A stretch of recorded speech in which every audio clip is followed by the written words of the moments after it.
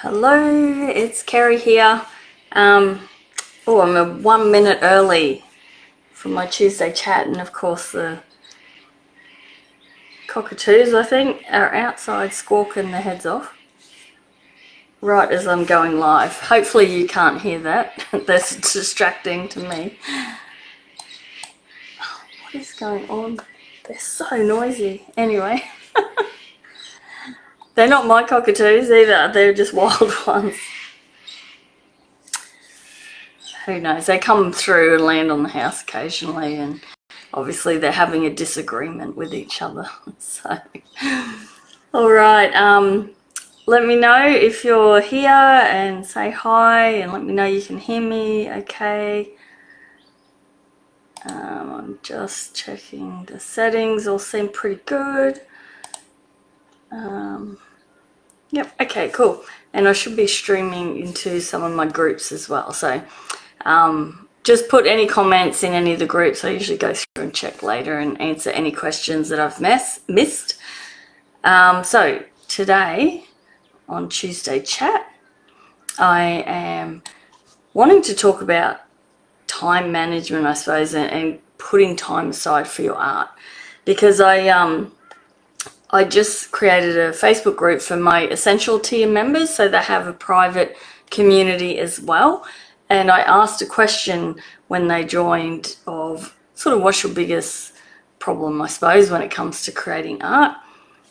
Oh, hi, Karen.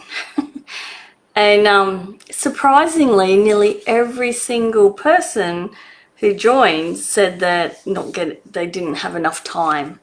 So time. That was put up like I said, nearly every single person answered in some way. It all revolved around time management and not putting time aside and just not having time and all the rest of it. So I figured I have talked about it before, but I haven't really done a Tuesday chat, I don't think, for a while about time management and how important it is to put time aside for your art, because we all know art is good for our own mental well-being.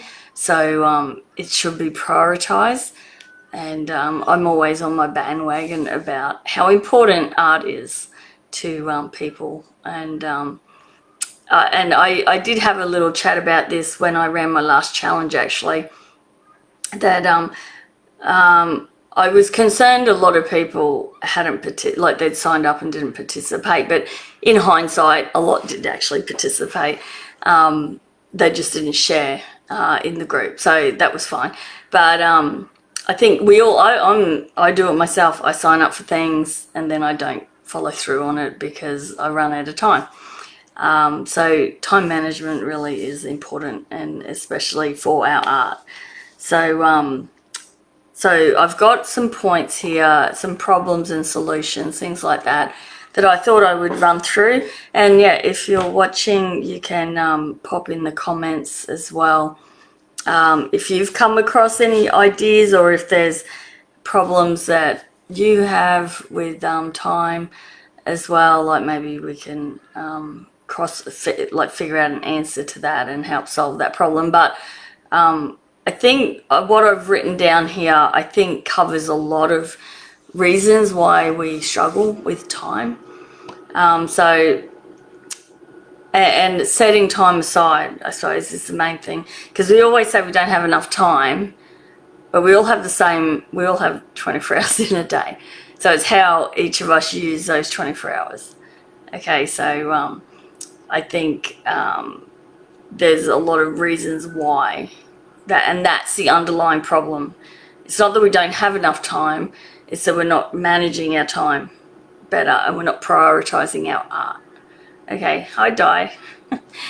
So I've just, they're no particular order here. I've just got a list of problems and solutions to time. So all right, hi Helene. All right, I gotta stop saying hi to everyone. All right, so procrastination, that's a big one. Okay, because I know I do it as well. We all do it.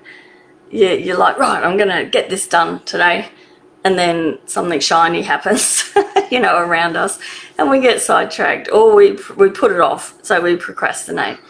So and that's usually a lack of motivation and a fear of failure. So it's funny, isn't it? The things that we're confident in, and we know we can do this, and we're excited to do it, we'll do it. We don't seem to procrastinate on that. It's when something seems like it might be a bit challenging, and we're not sure if we'll actually be able to do it, then we procrastinate a lot.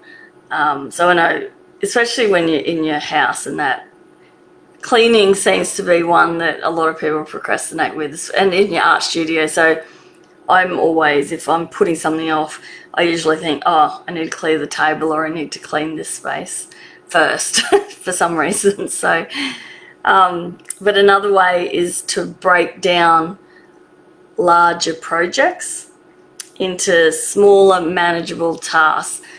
So that's why also in all the tutorials I do, I break them down usually into about a half hour to an hour segments, so that you can like just get that done. Like, and I do it myself with my art. I go, right, I'm going to get the sketch and line art and all that all ready to go, and then the next thing is I get the background done straight away. So to me, that's a big chunk of it done, and then I go, all right, what's my next favourite bit, which is usually the eyes, so then I'll do the eyes, and just break it down like that, which I think is a bit easier then. It's not this big daunting task, and you could do that with anything, but I'm kind of trying to talk more about art in this this time management chat. Hi Elaine and Cheryl. Oh, Farley's listening too. Awesome. 7 p.m. That's not a bad time. So why is it 7 p.m. for you guys? I thought it was... Oh no, I think that's right. That's right. You say daylight savings changed. That's why. All right. So yeah. So breaking things down when you're procrastinating about something, break it down, and do the fun bits first, I reckon. And also a good idea is to set deadlines as well. So it sort of holds you more accountable. I find that like if I do a commission, which I haven't been doing lately, but I just said yes to one. So I know I'm crazy, but anyway. So if you set a deadline, because I know, like say commissions, I'll say I need a month to do it, but usually I start a week before my deadline is up to get it done. So that's what I sort of set a deadline. I try and give them a date. That way I just work better to a deadline. If I don't have a deadline, I'll put things off and put them off and put them off. So yeah, so Karen knows. Why did I take on a commission? Is that why? Because I don't have enough to do already. But anyway, I struggle to say no, and that's one of the other things in this as well. So anyway, all right. So procrastination, distractions. So I've mentioned that just before. Social media is a bad one. Television, household chores, distractions will put us, like, you know, you see something shiny, like I said. So a good way to get over that, a solution from distractions, is have a dedicated workspace that's free from distractions. So I suppose you're still, if your art space is clean, you're not going to get distracted. So it's a good idea to keep it clean all the time. But I have my granddaughters in here. They've got a table and it's always a mess. So I quite often get distracted thinking I need to clean that. And I need it clean anyway, because it's actually my work table, but they make a right mess of it. So, but a dedicated space that ideally, I know this can't happen for everyone, but ideally your own room that you can shut the door so you don't have distractions like kids or husbands or whatever coming past, like wanting to chat to you all the time. Like, yeah, you need to carve out that time that's yours, that is distraction free, and the easiest way is to have your own space. You could also use sort of productivity tools or apps that they sort of block, especially for your phone, that you can do time chunks and it blocks all incoming things, or you can set timers and that. So your phone, because your phone's so distracting, emails, all of that. Like right then, I just got a message. So it's just always going on. I turn the sound off, but you know, an email will come in or your phone and you think, oh, I'll just quickly answer that or something. But again, it's not just a minute to answer it. It becomes 5-10 minutes, and then when you're getting distractions like that all day, you lose hours in the day. So again, time blocking things like that would be, you know, only check your emails in the afternoon maybe, or don't even look at your phone till you've finished your, whether it's 1 hour, 3 hours, whatever you want to dedicate it to your art. Put your phone in a different room maybe. Yeah, just totally get it out of there. And it's quite scary when Facebook tells you, or your phone tells you, how long you've spent on your phone. That we all lose a lot of time each day on our phones now. And that's what Facebook and Instagram, all the social media channels, they want you to do that. That's how they run.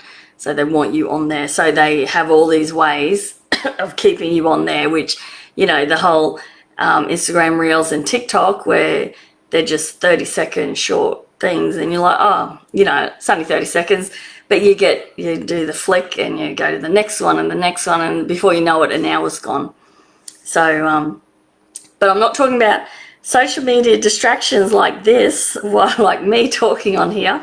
Don't shut me out in any way, but you're learning as I'm talking.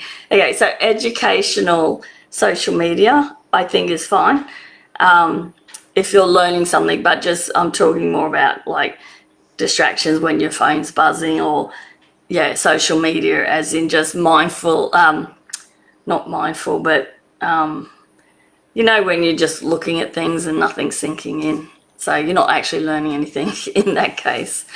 So and you need to stay present and focus on your creative task. So that's where just chunk it out, go, right, I'm going to spend the next hour doing this drawing, or looking for reference photos, or even going out, you know, go out and take your own reference photos, or sketching, or something, just something to improve your own creative practice.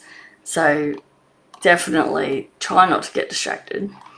Okay, another one was balancing responsibilities.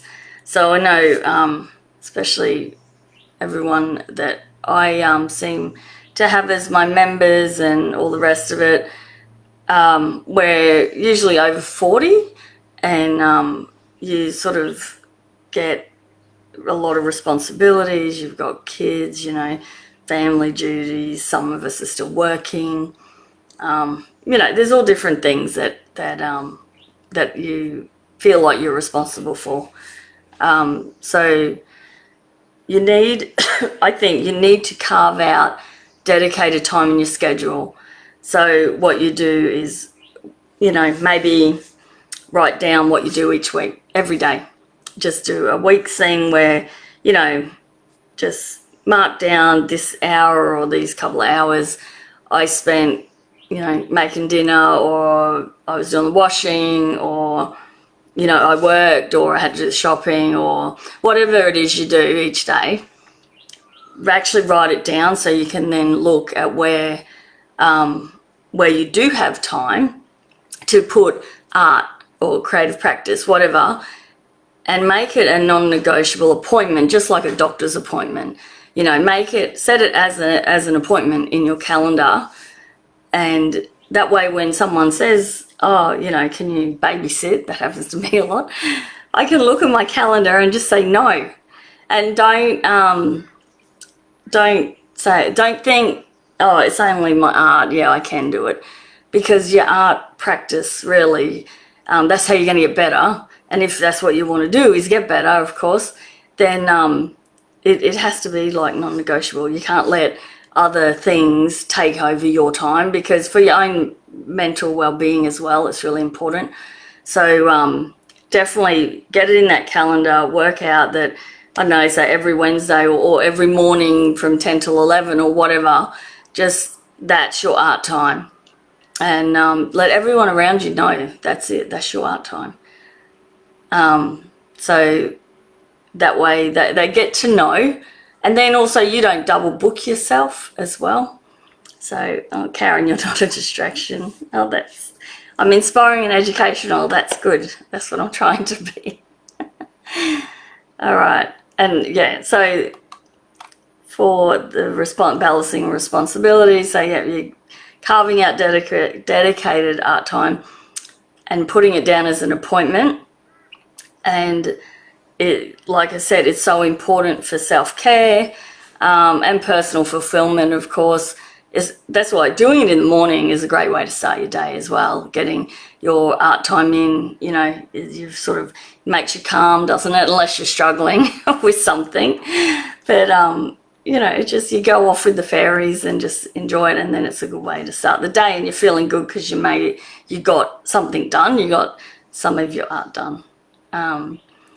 So yeah, okay, so yeah, again, I'm just looking at this. So like I said, when you look at your routine, you might find some quieter moments in the day, and they're the ideal ones that you can put them in. And also another thing, if you do have kids, maybe involve them in it.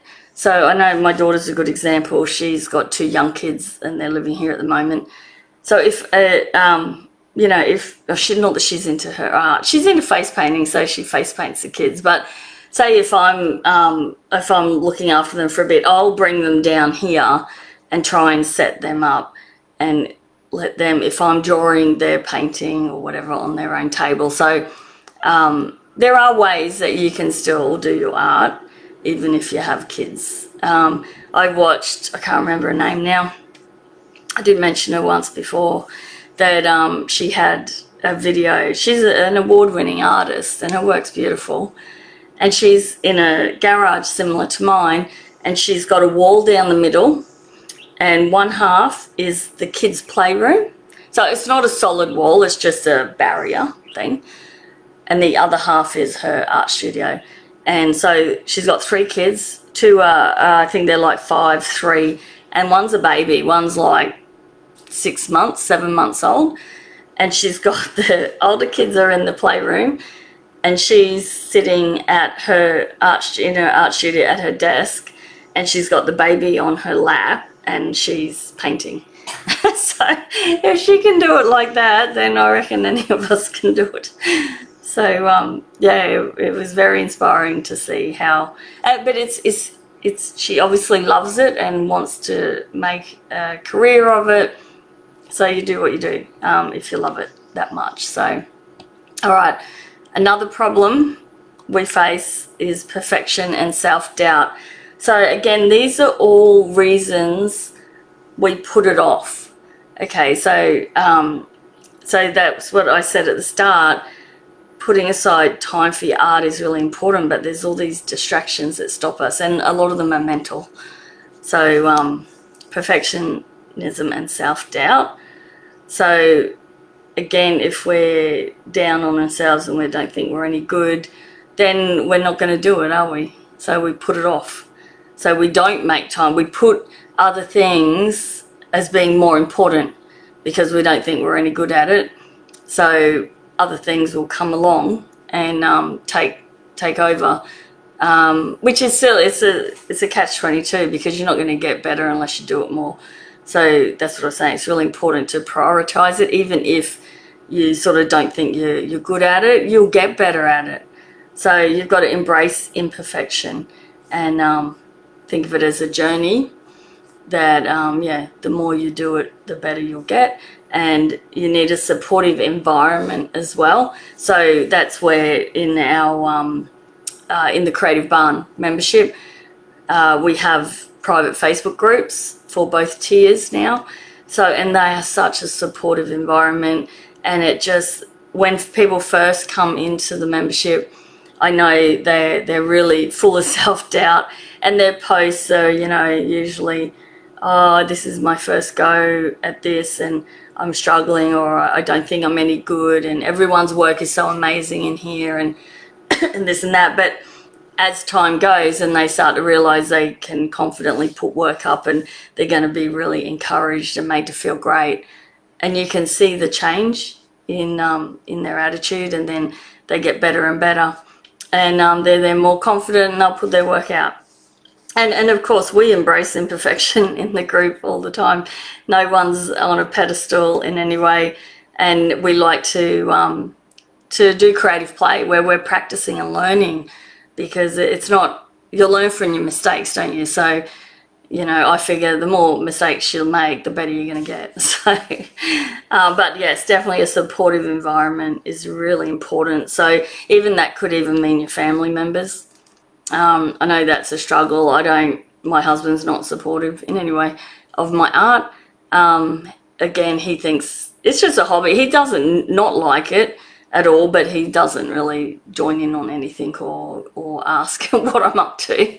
So I think having some family members that do support you and encourage you is important, because sometimes you sort of wonder why you're doing it all if no one around you is supporting you. But luckily I have an amazing group of friends, and I do have some family member that are on the same wavelength as me, and yeah, it really helps you to keep going when they inspire you and say, oh my God, that looks so good, and oh, you're doing a great job, and all of that. So we all like to hear that from time to time. Okay, another one, time constraints and overcommitment. I just said I accepted a commission, which I don't have time to do, but I'm going to get it done because I accepted it. Learning to say no, I think, is a big one. And so you need to evaluate your priorities and identify areas where you can reclaim time for your creative pursuit. So like I said, make that calendar up, figure out what you do each day, and start to put time aside for it. And prioritize, definitely, because we put things ahead of our art because I don't know whether it's because we've grown up, art's always been a hobby, and then you know, as you get older, you sort of think it's a hobby, but then you want to take it further, and you're always in that hobby mindset. I know a lot of people struggle to even call themselves an artist. They don't know when they can call themselves an artist. But an artist is anyone that plays with paint and drawing or whatever. It doesn't matter if you've sold work or not, or you've won an award. It makes no difference. You're still an artist. But it's going from that hobby to professional, I suppose. But I mean, yeah, it's, even as a hobby, it's just a mindset we have to get over as well, that just because it's a hobby, it's still really important. Okay, so make sure you prioritize it. So you've got to evaluate that. And also when you've overcommitted as well, you've got to learn to say no, like I said, but also maybe delegate tasks to family members as well. Or, you know I learn't one thing, which I don't anymore, but I need to redo this. But I was so focused on the business and the art and all of that, and trying to find time, and I'm like, I don't have time to do everything. And I was focused on where I needed help in my business and my art, but then I realized what I could start with, because it's a big thing to try and employ someone, but what I could start with was help in the house. So if I could free up like the cleaning, so I paid to get a cleaner to come regularly, which they stopped coming because they went out of business, so I'm in the process of getting another one. But if I could free up time that way, then it gave me more time in the studio. So it's not just, I suppose, thinking about needing help in the art practice or your business. Is thinking about other ways other things you do in your life that you could free time up to give you more time for your art. So that could even be putting the kids in daycare an extra day or something, or yeah, getting someone to help with the cleaning chores, or you know, if you're spending hours cooking, maybe change the way you cook, buy some packet food or frozen food, I don't know, or get a cook. My husband's our cook, so I don't waste much time cooking at all, because that to me is a waste. I've always I used to do all the cooking when the kids were little, and it's just a frustrating thing because you spend hours baking or creating a meal and it's demolished in 5 minutes. You know, it's gone. And so I don't understand all these beautiful cake artists that spend like 10 hours creating the most amazing cake or something, and then it's just demolished and gone. It's not for me. I just feel like that was a waste of time. So yeah, so no, my husband does all the cooking, but just things like that. Think about delegating tasks and saying no to additional commitments. So you need to protect that time for your art. Okay, so I need to take my own advice here and start to say no more often, but that's all right. All right, another thing that we probably also, this sort of comes under the self-doubt, is also a lack of creative confidence. Okay, so that again comes back to not thinking you're good enough, you know, but we all start somewhere, so you've got to you need to explore your creativity without judgment. So that's why getting involved in a small group of like-minded people that you know, that can encourage and support you, and also skill build as well. So I always encourage my students, the way I've always built up, I still go to workshops and art classes run by teachers that I love, that really inspire me. My own students, I always encourage them, if someone is coming to your area and you love their work, we all learn as artists. You should never just be stuck learning from one. I think you need to learn from a lot, because to build our own style, we take bits from everywhere. And especially with pastels, it's such a diverse medium. There's so many ways and different styles to do it, like from really loose stick work to really, you know, hyper realistic pencil work. So you can learn from everything, and then that's how you're going to develop your style and get better as well, and build your confidence. So the better you get, the more confident, of course, you're going to get. And always make sure to celebrate any wins you have, any success, no matter how small, because yeah, it's brilliant to have a win, and that's how you get more confident. So a few of our ladies just recently in the membership have I've been encouraging everyone to enter, if you want to start entering art competitions, to go with some local ones in your area, and a few have done that and have won awards. So we've been having everyone sharing all these amazing wins they've been having, which is great. I try not to cook, but I get hungry now and then. That's it. When my husband works away a bit, so yeah, I'm not great at feeding myself anymore. When it's just you to cook for, it's like I'll just have a sandwich, or I'll buy a frozen meal or something, and they're pretty ordinary as well. So anyway, that's all right. He's back tomorrow, so I'll get home cooked meals again. Okay, so I think they were all the tips I had, but also I think as well, you'll be more willing to make time for your art if you're really inspired with your art. I know myself, like I said, if I've got to do a commission or something and it's like the photo's not great, and that's when I put it off. But if I'm, you know, keen to do some paintings of my own, if I've been out and I've got an idea in my head, like working in a series is a good one to inspire you, and especially if you've gone out and you've found your own images and you've come up with these great ideas, that you will make time because you're just inspired and excited to get started. So I think that's important. And also paint what you love as well.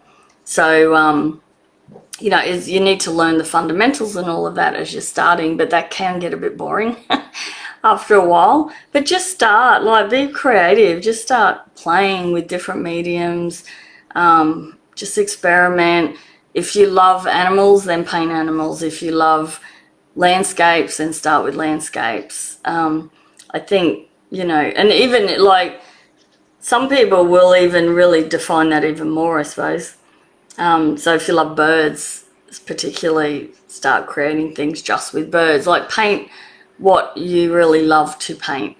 And you can expand later, but I think if you're having trouble with time and finding enough time for your art and everything gets out in your way, I think you've really got to be inspired. So make sure to get out of that, find something you really want to do, something you really love, and then I think you'll make more time in your schedule. Like I said, you've got to prioritize your art. It's really important. We've got to get out of that mindset that, oh, it's a hobby and other things come in front of it, because it's your mental well-being. It will de-stress you. You'll probably be you're happier family member if you've had time to do your art, and you got to do it to get better. So it's how much you want it as well, I suppose. But so that's it, guys. That's all I have for you today. Like I was saying, put any questions in the comments, or you know, if you've found a way. Say if you've struggled with this, not finding enough time, and you've come up with a way that you have managed to fit art into your schedule, and it's a way, like something I haven't mentioned here, then definitely pop it in and share it with everyone, because I'm sure it's such a common problem. And I knew it was, but I didn't realize how common it was until I did this survey with my essential tier members. And like I said, I was so shocked that pretty much everyone, somewhere in their list of things that they'd like to work on, and that was time. So not enough time. But like I said at the start, we all have the same amount of time in every day. So we all have the 24 hours. It's just how we manage it, and what commitments we have, of course. So, all right. Well, if I can't see any questions coming up, I will check again. This is streaming into all of my groups as well as on my page here. So I usually duck into each group and make sure I check the comments, because I think the comments that come up in here are only people that are watching from my page, I think is how it works. Anyway, but I'll go through and do that. And I hope this chat has been inspiring and has given you some ideas if you are struggling with this.